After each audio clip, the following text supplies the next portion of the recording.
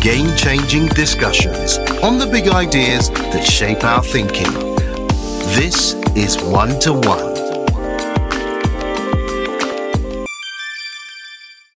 So what does it take to hold the line when the world is at its most vulnerable? Where does leadership find clarity when every decision carries consequences for millions? My guest today has lived those questions at the front lines of public health leadership across 3 continents. Dr Chikwe Ihekweazu is Executive Director of the World Health Organization's Health Emergencies Program, former founding head of the Pandemic and Epidemic Intelligence Hub in Berlin, and the first Director General of Nigeria's Center for Disease Control. Chikwe Ihekweazu, welcome to One2One. Great to be on your show, Tokes. Thank you for joining us. Quite a journey. Yes, quite. I'd rather thought that we might have to go all the way to Geneva or maybe even Berlin to fetch you. But here we are in Lagos, Nigeria. So let's dive straight in. Chikwe, you are Executive Director, World Health Organization Health Emergencies Program. You're leading the WHO's global preparedness and response to health emergencies across the organization's 3 levels, HQ, regions, and country offices.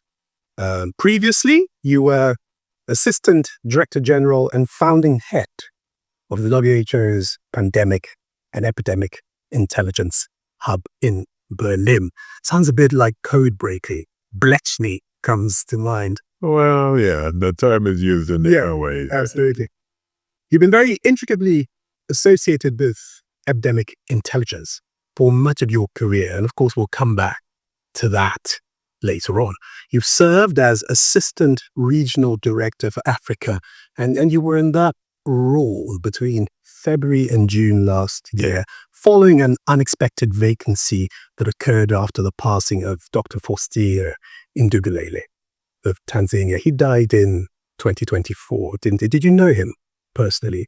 I knew personally a fair bit, and it was a tragic loss of a dear colleague who had actually won an election to lead WHO in the region. But it was an absolute privilege to sit in that role for a few months. Absolutely.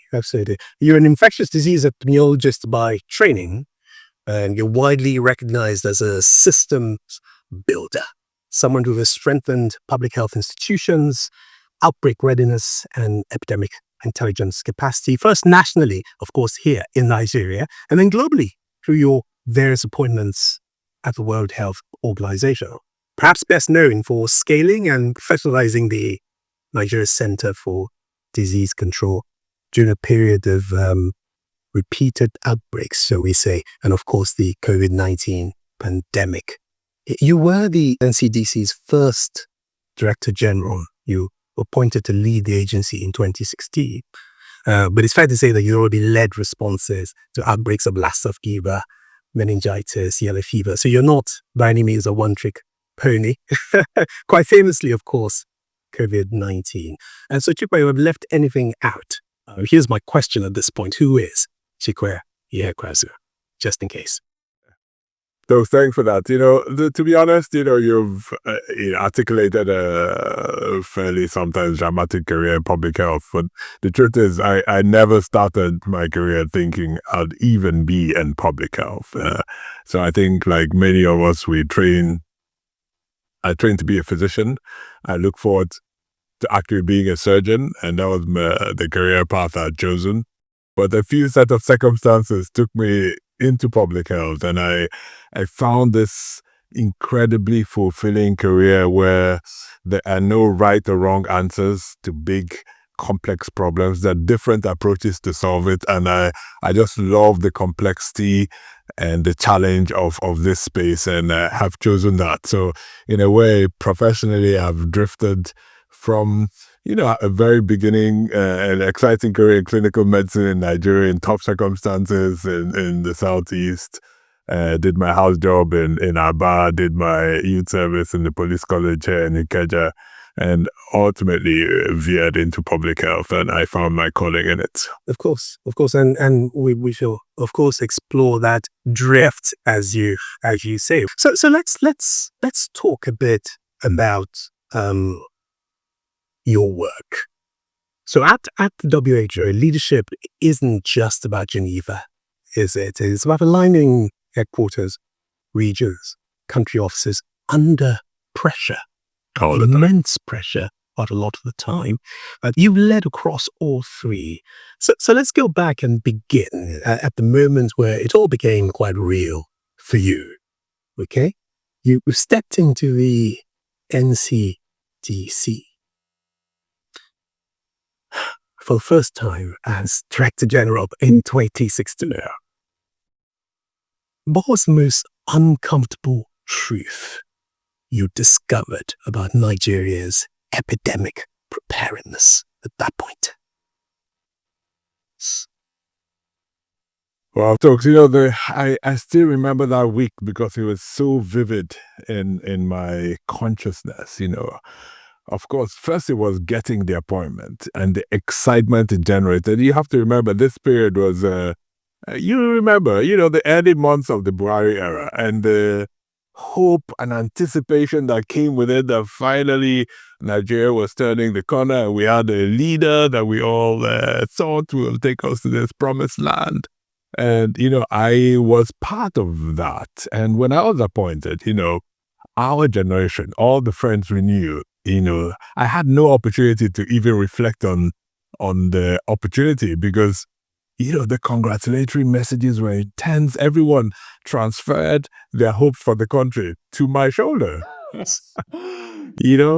and I got to this place, in Abuja. I walked around our offices and we had 70 staff only, including drivers, security, everyone, total of 78. I asked questions, I looked around the offices. It was depressing in terms of just what I found, and there were a few bright lights there, but they had no mission, no vision, no understanding of their roles. I would try and drive conversation and drive questions, and so it was very depressing, to be honest. But at the same time, I had worked one way or the other. This was my 20th year in public health, and all those 20 years had been working in national public health agencies in Germany, the UK, and then in South Africa. So I kind of knew what needed to be done. So I think after a week, I went back to Vivian, my dear wife, and, we talked about this, and we said, listen, we're here. We will make it work. And the journey started. So, we started building. And sometimes it's easier to build from a low base, because you do see results. And we did see the results. And then the results became self-fulfilling after a few months. But it was a very tough beginning. And I don't think NCDC was unique. The public sector institutions, I wouldn't be surprised if you walk into many of them today and you get the same feeling. Of course. And of course, we'll dip a bit more into that in the course of this conversation. So, Chikwe, take me back a little, just before the NCDC and before the crisis, even. You trained and you worked in some of the world's strongest public health systems. You worked in the UK's Health Protection Agency. You worked with the Robert Koch Institute in Germany, as well as the South African National Institute for Communicable Diseases. Three very different, profoundly different public health cultures. What did those early years teach you about how societies really respond to and manage outbreaks? Yeah. So thanks. It was really a privilege. To be honest, when I left Nigeria in the late 90s, early 2000s, I didn't know about the existence of national public health agencies because we didn't have any in Nigeria, and this was the early years of the HIV pandemic.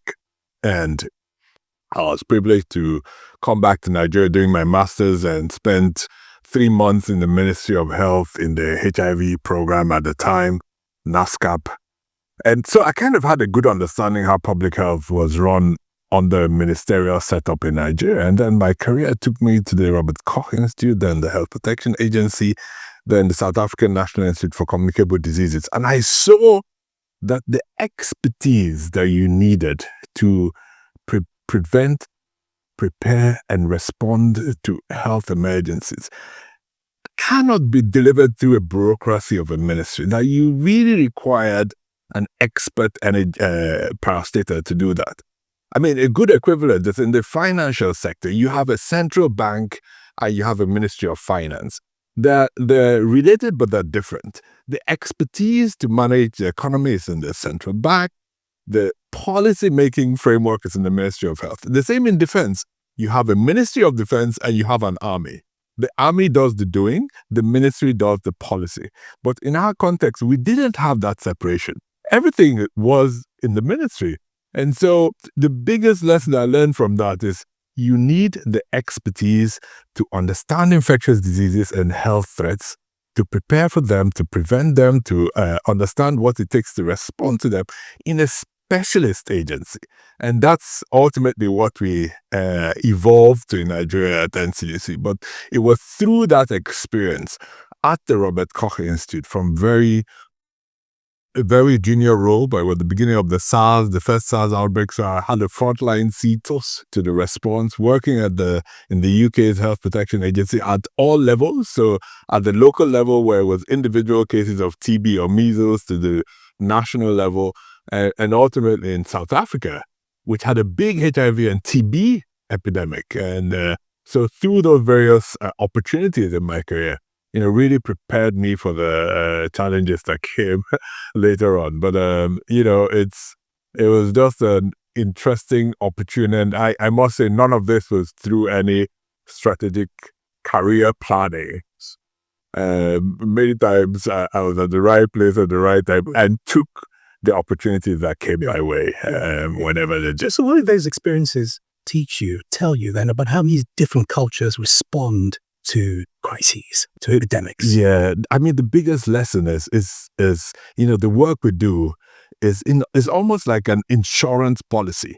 Insurance is something no one wants to pay for, but it's a necessary expense because you want to sleep at night, knowing that if anything happens to your property or your lives or whatever it is, that there's a way to respond to that emergency, right? So the work we do in public health, you're never going to bring a president to cut the tape that you prevented an outbreak that never happened. So there's very little political capital to be gained out of it. But advanced societies have understood that they still have to invest in these things that protect people. And so the big lesson there is, yes, you can do the fancy infrastructure projects that bring you whatever capital you're seeking, but you also have to invest in these quiet institutions that enable you to sleep at night. And we're one of those from the aspect of health security, the threats to our health security. And I think it's still one of the biggest societal threats that we face every day. Of course. So let's talk a bit about the Berlin hub, that intelligence pillar that sits within the broader emergencies architecture, the WHO. Before you, of course, this hub for pandemic and epidemic intelligence did not really exist. Is it right to say that you founded the hub? Is that right? WHO founded it, and I think all the credit has to go to our DG, Dr. Tedros, who really conceptualized this during the pandemic when he recognized that there was a gap in terms of our collective ability to collect, analyze, and use data for decision-making with the rapidity it requires, and set this up, and then invited me to come and lead it and drive it forward. Yeah, and of course, we're talking here about intelligence as opposed to surveillance, actually, which we'll come to later on. So you were, assuming, recruited specifically to build this from scratch in the pandemic preparedness push that followed COVID-19. So you led really the conceptual framing of epidemic intelligence, didn't you? And things like the decision where to locate it. Why Berlin to begin with? Well, I think firstly the decision was made before I came, but I think the rationale for the decision was firstly we had an incredibly progressive leader in the Chancellor for Germany at the time, Frau Merkel, who really supported WHO and supported the creation of the hub and its location in Berlin. But there was also such an amalgamation of opportunity. You know, Berlin had created this incredible ecosystem in tech, in innovation, in the digital space that provided us a lot of the individuals to recruit from. There were other institutions in Berlin, the Robert Koch Institute itself, the Charité Hospital, one of the biggest hospitals in Germany, that enabled us have a partnership in Berlin. It was close enough to Geneva to be away from the mothership, but close enough to still assess the opportunities of that the headquarters could provide a hub. So there are a series of factors that enabled Berlin to be such a great location for the hub. And, you know, I think it's proven its worth. It's incredibly successful, part of WHO at the moment, driving, pushing innovation, pushing how we use data to make decisions, supporting many countries to build their own capacity. So, you know, there were many post-pandemic initiatives all around the world.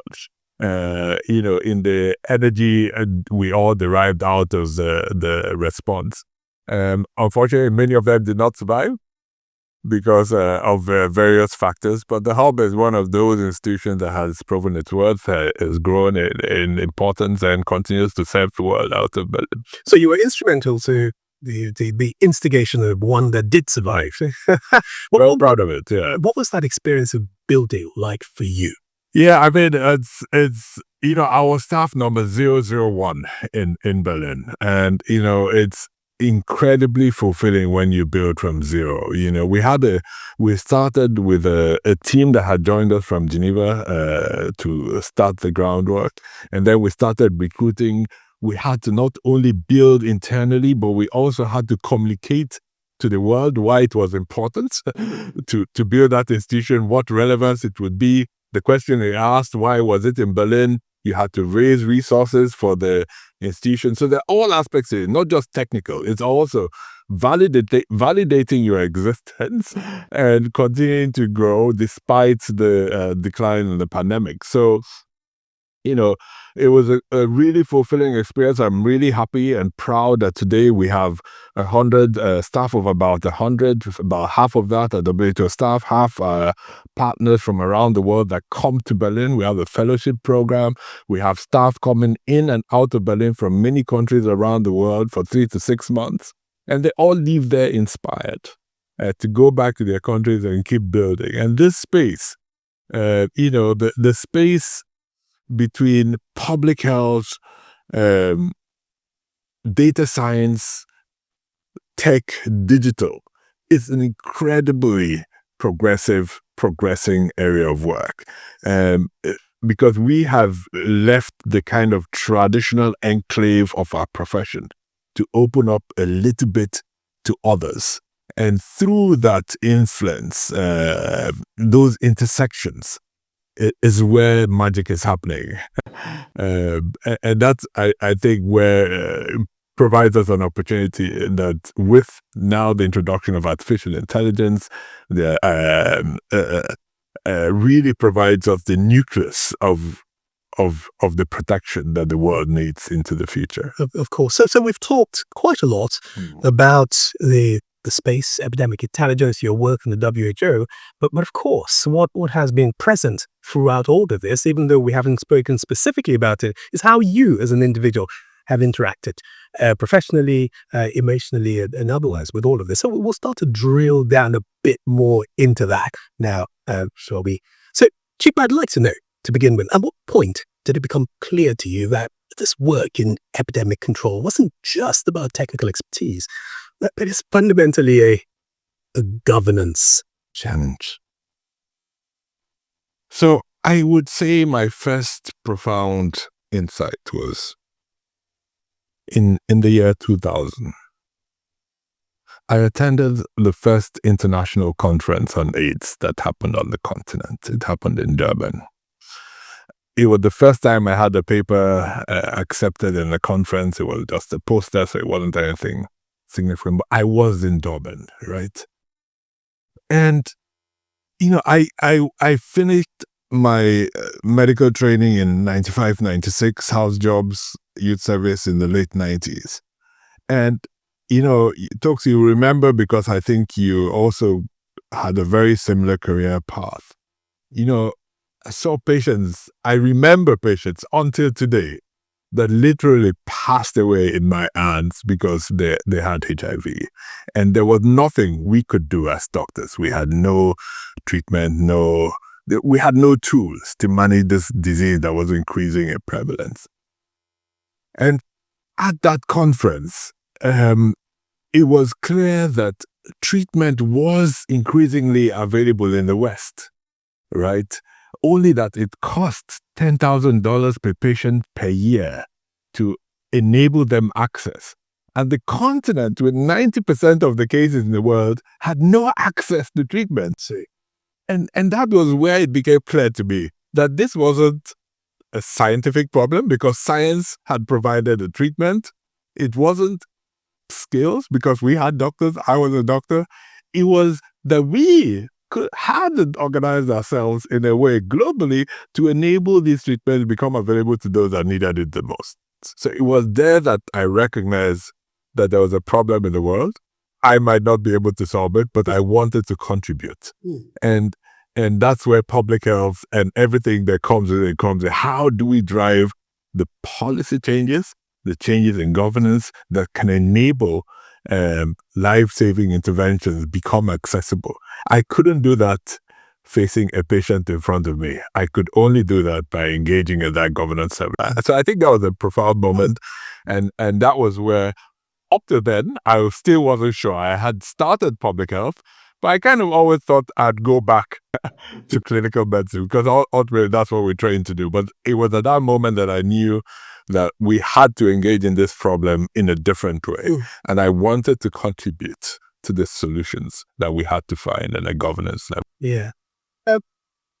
Profound. That was your epiphany and really interesting. So I'd like, therefore, to come back again to the NCDC. Yeah. You arrived, and I make a lot of your arrival each time I lead up to these questions, don't I? You arrived to lead an institution, an organization that was young, fragile, largely untested.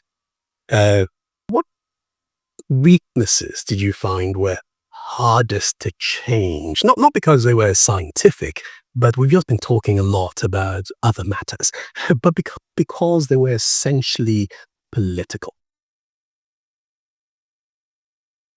So let me answer this question in two ways. Firstly, the biggest challenge I found with the 70 people I found at NCDC is that many of them did not believe in themselves. They did not think that they had what it took to do the work that was required of them, and that it was okay to just stay under the radar, keep your heads down, get whatever small salary we could get, and just, manage, So there wasn't any internal motivation to deliver on any mandates, right? That was one. Secondly, there wasn't any expectation from the people that put you there to deliver on anything. When I came, no one told me, listen, this is your vision. This is our vision as a government for NCDC. These are your expectations. These are what you should deliver. So you are left to your own capacities, your own ambitions, for better or for worse. So it was up to me in that case, but it would be up to any leader in a parastate or in most places in Nigeria. You make a decision when you're appointed. There's very little expectation of our leadership, at least from my experience, on what to do. So I had to, and we all have to, both set those expectations for the people you lead, but also derive the expectations from the people that are appointed. Did you struggle with that? I struggled with it. I deeply struggled with it, because, what were you there for? So But we got round to it, and we set on a plan. I literally activated every network I had prior to coming in NCDC to come and help me fulfill its mission.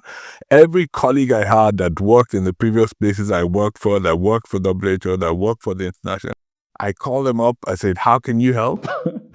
I got, there's an institution called the Tony Blair Institute. I happen to know a few people there. I called them, listen, I know you do organizational transformation. Can you come and help me? They gave me 2 consultants to come and work with me pro bono for 6 months. They sat with me. They developed the first strategic plan for NCDC. We launched it. I brought all the team together. We convinced the federal government to allow us to recruit a few more people. The first set of 100 recruits, mostly young people. And so we, and then I have lots of, I came in, the leader of NCDC was, prior to me, was sending emails with Yahoo email addresses. I said, I will not send my first formal email with Gmail or Yahoo, that we will send this up. I found a few young people, I literally twisted their arms. We set up an email. It sounds rudimentary, but it still happens today. Many government officials today, as we speak, still send the Gmail address. Absolutely. Ministers still send the Gmail addresses. So the first website that we set up was set up within a month of starting at NCDC. That is the same website up today at NCDC. So there are many things that if you don't believe you can do it and you've had no exposure of where it works, you don't know what you don't know. So you can't create what you never know, what you've never known. So I was lucky to come into an institution similar to those that I'd worked in, and there wasn't too much motivation or staff or resources, but we pushed and created something that, I know we'll get to the pandemic, but just to say that today, retrospectively, you could think that we spent 3 years preparing for a pandemic. But of course, we didn't know a pandemic was coming. We spent 3 years building an institution that I think Nigerians deserve. And, I shudder every day I think, if the COVID-19 pandemic had started 3 years earlier, what could we have done as a country? I still get goosebumps thinking about, July 2016 when I arrived. If that pandemic had started in January 2017, not January 2020, what could we have done? And so those 3 years that we spent building that institution, building a public sector institution that was ready to serve and stand up and not embarrass our country, was the work we did quietly in the 3 years before people began to hear about NCDC in January 2020. Incredible insight, and you're absolutely right. And you're beginning to use this as a window into the state of our public institutions, and of course we'll get there as well. But I'd like to learn from you at this point.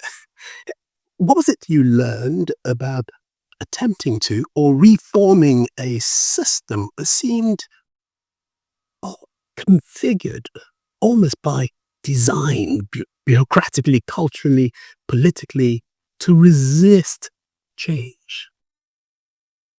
So, Tokwe, I'm not even sure the word is to resist. It's almost like we're designed to fail. I'm trying to avoid it. Yeah, no, Absolutely. we have got to put this. Correct. I'm privileged now to have done this for 5 years. So, we all talk about how we wish Nigeria to work, and sometimes it doesn't, right? But having been there for 5 years, I think I have the legitimacy to speak about it, right? Let me just give an example that anyone leading a parastatal will recognize. The smallest part of your budget is your recurrent expenditure limits. Most parastatals struggle with that. But, every parastatal has to buy petrol, buy diesel, pay for electricity, pay for band A like we do, all these expenses. Where if you're not resourced to do that, you have other lines of expenditure in your capital budget. You have to then use resources from your capital expenditure to pay for your recurrent expenses. Once you do that, you have broken the rules of government. They come after you, and the rest follows, right? So if we don't start thinking, how do we actually be honest with ourselves in terms of what does a parastatal require to run? What do you need to pay your staff? What do you need to pay your bills? Then budget for it and stick to it. Then, we haven't started. If we continue to pay our civil servants, I signed off on payments to staff for 200,000 naira, 300,000 naira a month. And these were technical staff. I'm not talking about drivers or cleaners. I'm talking about technical staff. And then how do I, in all honesty, expect them to deliver?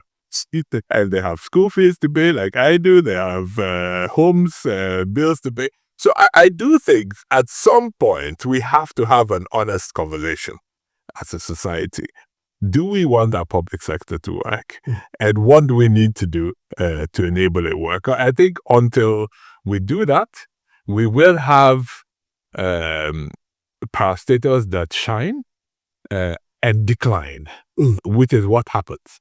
We will not have any part of our public sector that will grow consistently and sustainably into the future if we don't address the fundamentals. And so far, I don't think we're ready to have that conversation. Absolutely. So you just highlighted the fact that we can't talk about any of this in isolation. It all exists within a certain political context, a certain administrative context, and there's an expectation that we do the right thing if you're in a position of responsibility. You deliver. So let's move on. But to do the right thing takes a lot of courage. As when I got into government, you try to do the right thing, people abuse you, you've come with your Oyibo tendency, this is Nigeria, this is how you should be doing it. You're educated about the country that you love and you want to serve. And you can't resist all the time, because if you resist all the time, you fail. So you have to adapt to some extent and resist to some extent and find your own sweet spot. But nobody, you define the risk that you're ready to take. And everyone leading an organization, the public sector in Nigeria, is taking risks every day in running that organization, because you can fail different ways. You can fail by saying, listen, I will not be flexible on anything and follow the book, Tokes. You will not move. Yeah.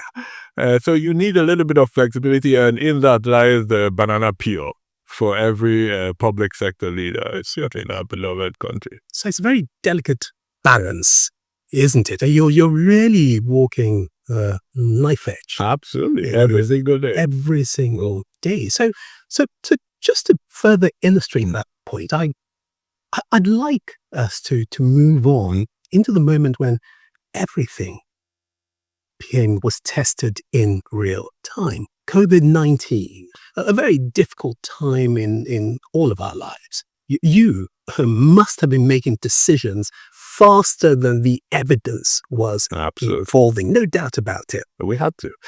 So here's my question. How often did you find that the right scientific decision was in conflict with political expediency? Two things. Firstly is the understanding of science itself and how it works. Our society, science evolves because there's new knowledge being generated every day. So people have to understand that science is not constant. That when you have a new disease that we are learning new things about every day, you have to explain to people that, and which is what we try to do, that what I tell you today might be the right thing to do, might change tomorrow. And I am not flip-flopping. It is just that the science is evolving. Absolutely. And we are learning more. So that's very important in understanding, firstly, how science works. The second thing, and the privilege I had at the NCDC, and many people have been critical of our previous president, may so rest in peace, President Buhari for many reasons. And I'm not here to make any judgment call on that. But the one call he made that I remain eternally grateful to him is he gave us our full backing as the experts that understood the problem that we're facing. Through the leadership of Mr. Boss Mustafa, Mr. President said, listen, I will not tell you what to do. And we could see how it happened around the world. Many other presidents were on TV every morning talking about things they barely understood. But Mr. President left the expertise to us.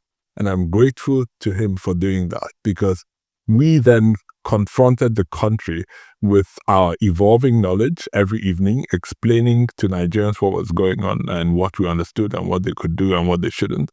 And, he did not interfere with that. And I think that gave the response in Nigeria a lot of credibility and has served us well as an example for the world. Of course, absolutely. And that's very reassuring to hear that Mr. President, God rest his soul, backed off and he let the science take the lead, but you were still operating within a certain context. And to borrow a leaf from the title of your book, An Imperfect Storm, it was far from perfection all round, wasn't it? So I'd like to ask, even in spite of what you already described, where precisely, with benefit of hindsight, did you say that governance, not science, let Nigeria, perhaps even Africa, down the most during that pandemic? Yeah, in terms of governance, I think one area we struggled with in Nigeria specifically was our federal structure. I just referred to them, Mr. President, but the reality is we had 36 states, right? And there were 2 states in Nigeria that basically resisted the instructions of the federal government. One was Cross River, and the other was Kogi. Cross River eventually came around and followed our guidance. Why? What was the rationale for that resistance? It was so, the rationale was a perceived understanding of the science of what was happening better than the expertise from NCDC. But in credit to Cross River, they came around. In Kogi, the governor at the time insisted, listen, there's no COVID in Kogi. A state that had 9 states, borders recognized, they stopped us from testing. Literally, with the forces of the state, transported and evicted an NCDC team that had come into Kogi to Lokoja to support and escorted them back to Abuja and went on national TV explaining and denigrating the work we're doing. So I think one of the big governance challenges is how do we ensure that in a federal structure where there's a national crisis, and this cannot be unique to NCDC, it could be a security crisis, it could be a transport crisis, it could be anything, that we still have a mechanism to coordinate our efforts. So that's, I think, one of the big governance challenges that we faced. The other one, I think, is a much more medical example, I think, is what we got over was, the introduction of new medicines into the portfolio that we use. No matter how hard I tried to explain to Nigerians and our colleagues that there was no value in giving medicines like ivermectin or zinc or at some point chloroquine, many of our colleagues insisted that they had, it worked for them and their patients, as they say. Anecdotal evidence, yes, absolutely. And there's no mechanism to stop this. And, it continued right up to the end of the pandemic. The ivermectin became one of the largest selling medicines in Nigeria, used for a condition where it had basically no effect and probably caused harm. Yeah. So there are all these challenges, but, I think they're all part of a developing economy, and hopefully we find ways of addressing this into the future. Of course. And picking up on the ivermectin example, I can't resist. To what extent do you feel that perhaps pharma, a big pharma, played a part in the entire global understanding of how to respond to this? It's hard to say, what role they played and what role a population like ours that is sometimes fairly vulnerable. And the fact that there were big proponents of this from countries that we looked up to and they had access to media and all of this that were pushing these myths. But so it comes back to the point I made at the beginning. How do you understand science? How do I understand that paracetamol works to reduce fevers and headaches? It's not just by thinking it does. There is a process to define what works, and it's important for us to understand that, especially as professionals, Of course. and be in a position to advise our patients. Of course. So Chikwe, you wrote at some stage, precisely in August 2024, it was published, book called An Imperfect Storm. And here I am, leafing through the pages here. A very well written book, which you co-authored with your lovely wife, Viviane Ihekweazu. I read this really as a very deeply personal account, not just of your leadership, but of leadership, and I dare say institutions under pressure.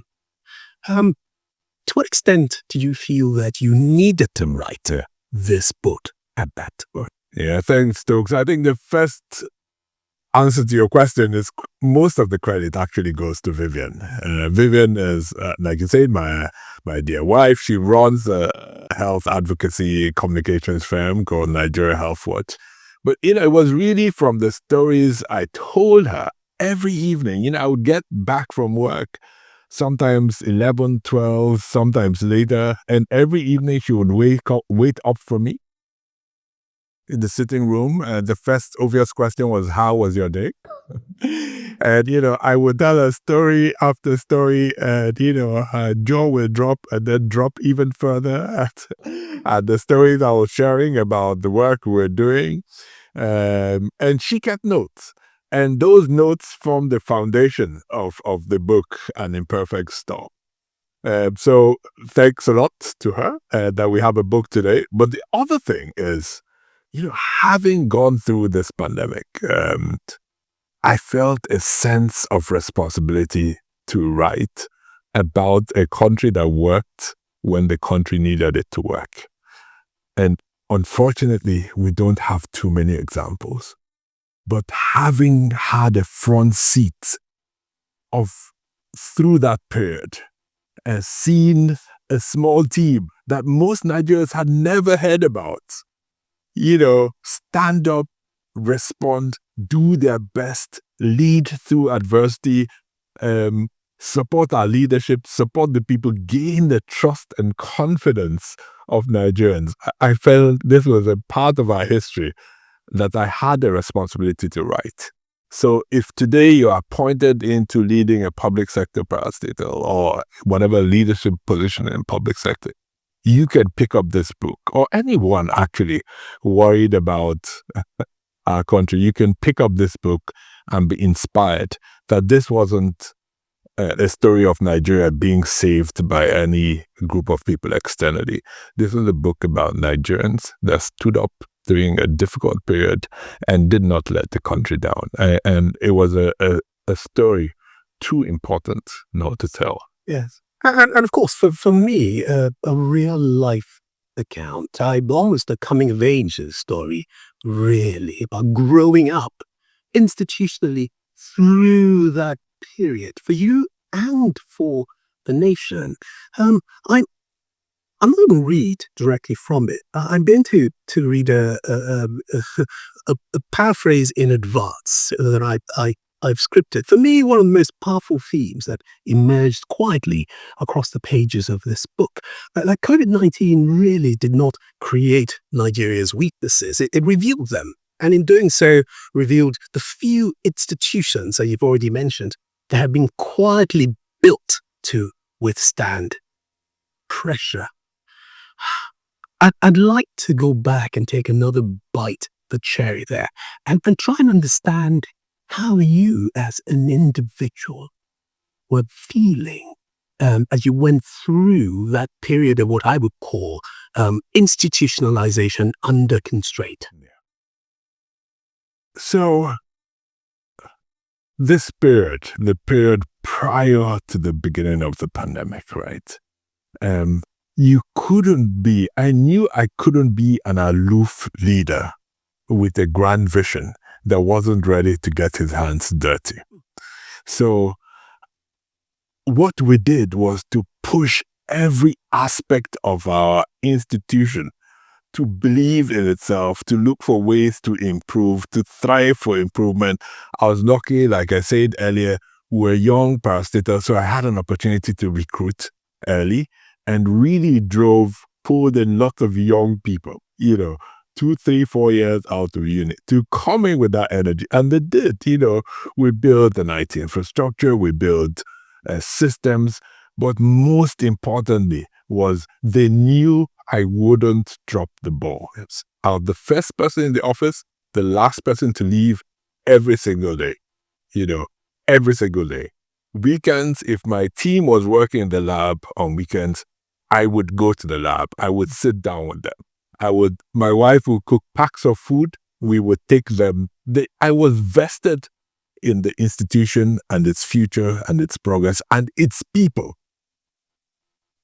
Magic happens. Colleagues who had never published a paper ever in their lives, they didn't know what publishing meant for successful careers. And, it's just an example. We worked with them. We put their work onto manuscripts. These manuscripts started getting accepted. You saw your name as a first author on the paper in the Lancet. And, people start contacting you. This article you wrote on Lassa fever, and published, so they started getting excited about the opportunities for them. Correct. There were training opportunities. Colleagues, institutions from the West would say, okay, I've heard about the work you're doing. We want to offer you. There was a specific colleague. He went to do a bioengineering training in Japan, right? So they would offer us one position. I said, no, guys, please, we're a big country. Can you give me 3? So, these young people who had never had an international passport. Off they went. And came back transformed because they experienced what I know I experienced growing, that there are possibilities. And so, when you're on a transformation journey, the beginning is hard because you have to convince people on the possibilities, Stokes. But once they start experiencing this and start sharing the stories with their peers, and suddenly they're pushing themselves. It's not me pushing them anymore, But I think that beginning is very tough, and people are watching you very carefully on whether you are ready to walk the walk that you are asking them to go on. So, incredible experience. There are many, many challenges in the beginning, but happy we had the opportunity to serve when it was needed. I'd like to move on now to talk about, of course, the global health architecture and the limits and power. Yeah. You now sit, of course, at the heart of the global health security architecture at the World Health Organization. Your influence and oversight is across HQ in the regions and the country offices, country levels. From that exalted vantage point, can you tell me where you feel that global health governance actually breaks down? So, just comparing my experience in Nigeria to my experience globally with the World Health Organization today, I think the big difference is when you're working at the national level, you have the authority of a sovereign state behind you.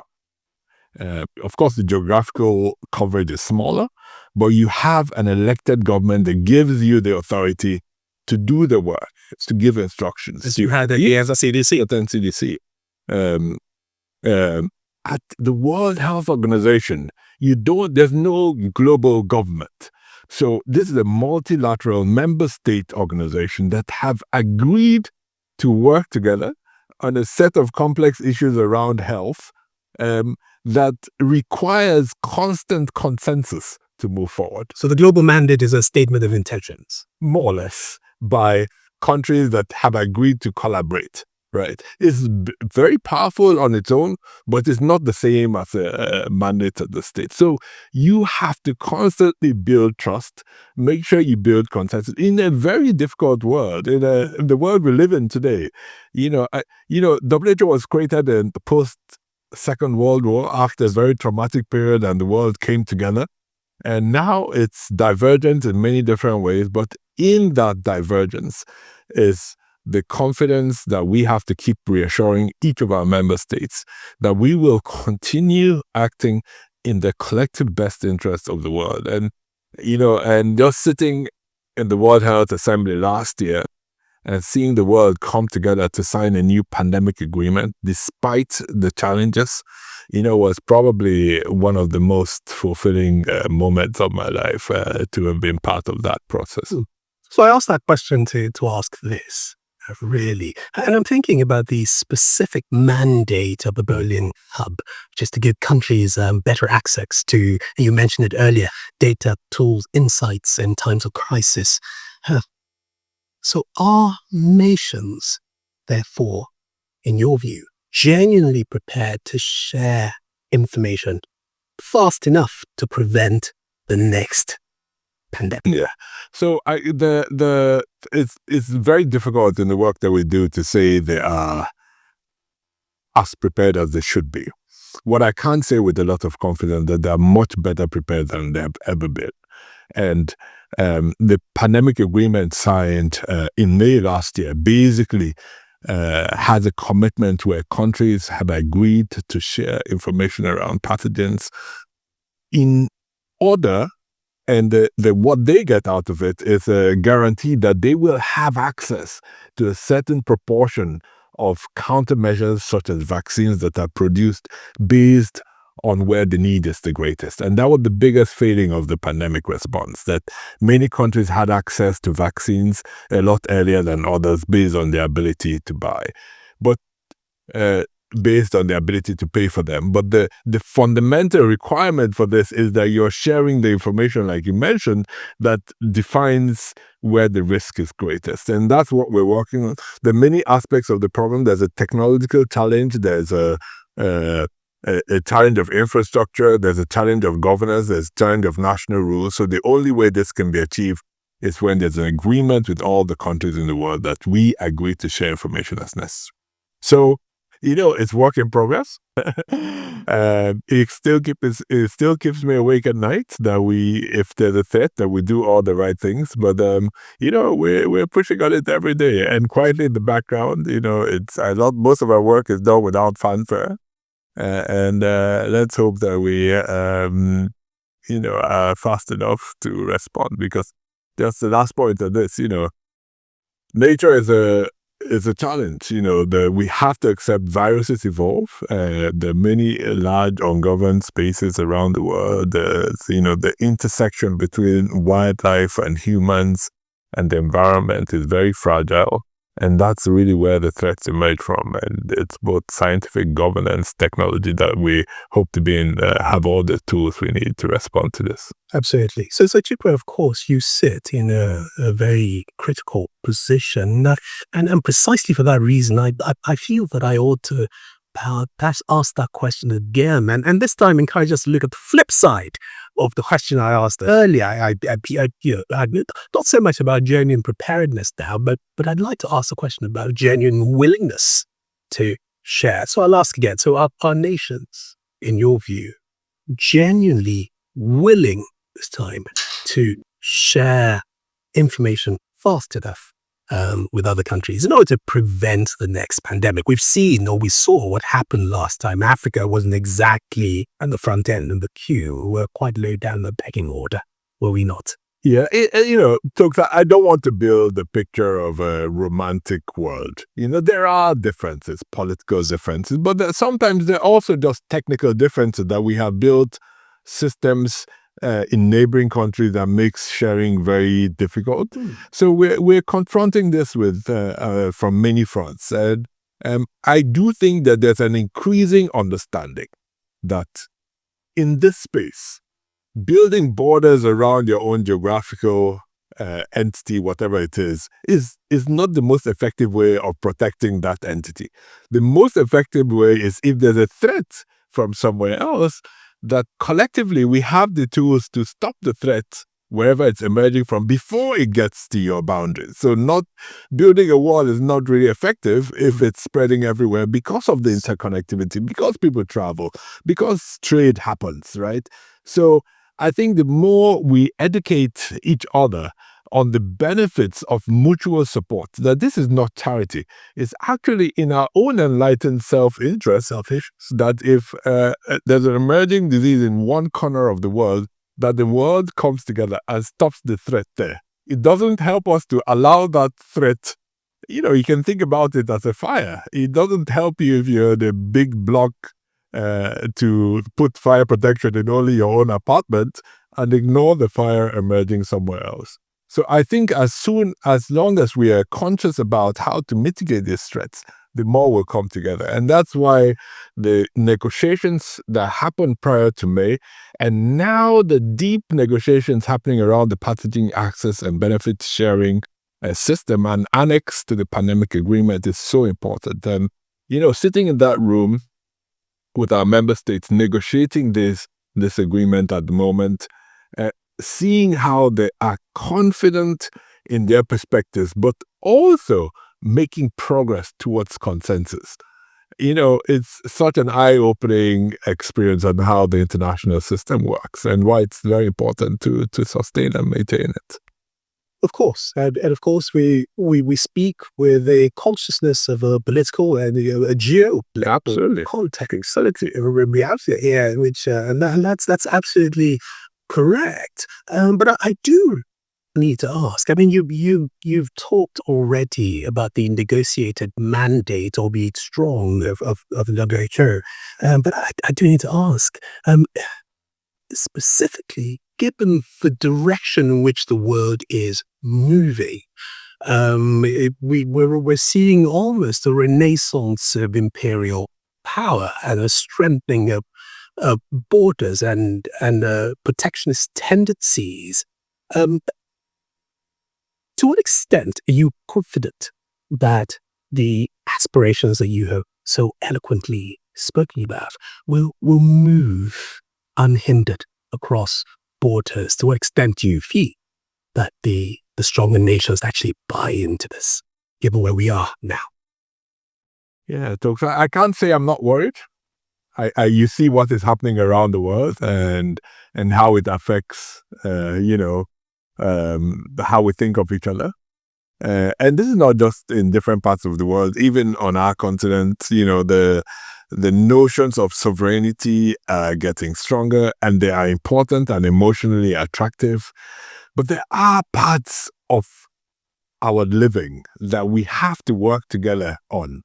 The fact that there are planes flying across the skies around the world means that there has been some agreement that the aviation is so important that we can't manage this by every country managing its own airspace. We have to find a way of managing the airspace so that our planes are not bumping into each other. That has to be negotiated globally.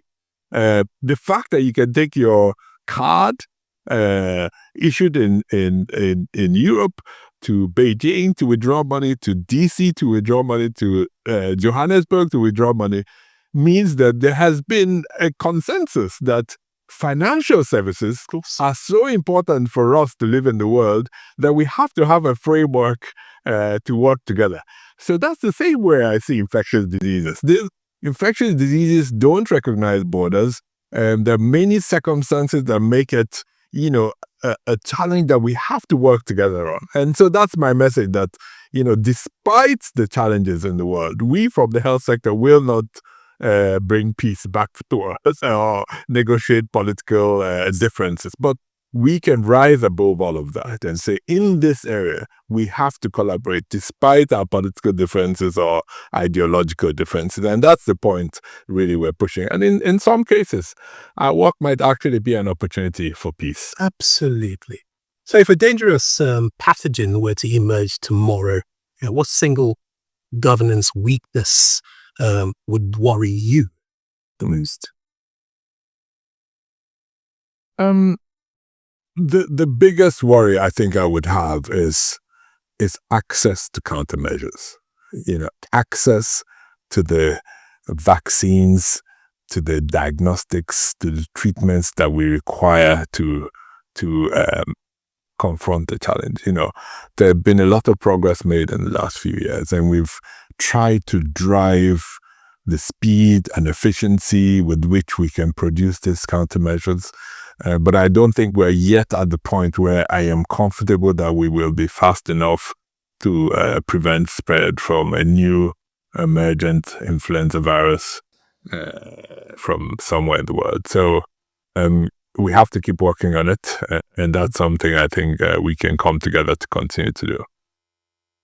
So Chikwe, let's now talk specifically about Africa's place in this global architecture. We learned some very hard lessons from COVID. With no doubt about that. We do live in a real world that we discussed and we've accepted in this conversation already. But I'd like to ask first, and I'd like you to consider this question separately.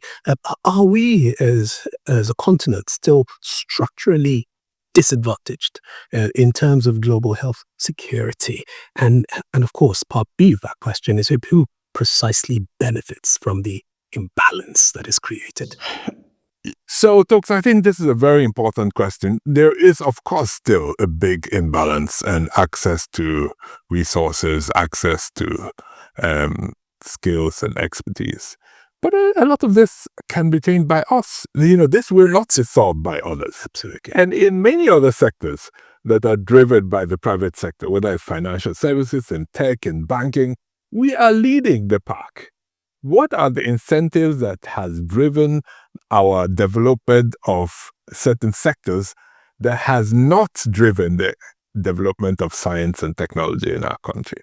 And these are big societal questions that no country can develop really without doing this. What are we investing in education, in our higher institutions? Are the universities that you and I went to, are we confident to send our children to them today? If we're not, there's a problem. There is. So I think we are underinvesting in science. We don't take it seriously.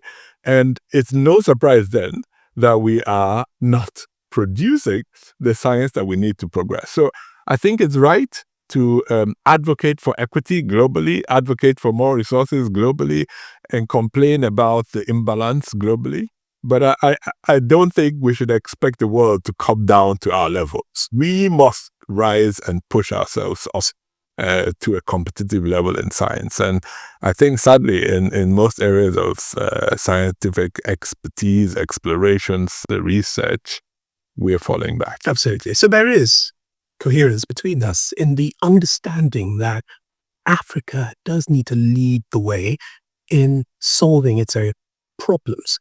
Having established that as a premise, I'd like to ask you, once we've gotten our act together, what an honest conversation, what does an honest negotiation between African leaders and global institutions look like, really, particularly in areas of sovereignty, preparedness, finance? Well, I think we'll need another session to go to all of that in detail, but I think it will happen on many levels, right? There's the governance level, there's the access to financing, access to resources.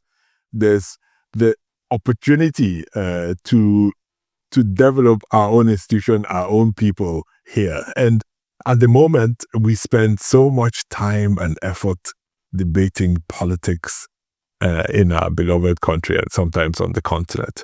And I just don't think we're focusing enough on the basics, right? Infrastructure is important. Big roads are important. But, why should we? Let me give a hypothetical example. Almost everyone with HIV as a disease today is being treated with medicines donated by another country. Almost all the vaccines that our children receive in the public sector, bare a small proportion, is funded with funds that are donated by global health institutions. Why do we as a country feel it is right for us to build our own roads and airports, but we have outsourced the treatment of our children, the vaccination of our children, the treatment of our own patients to some foreign partners? What makes health exceptional that we are not willing to fund it ourselves? This is the fundamental question, because once we have skin in the game, once we're investing in the health of our own people, the conversation will be completely different.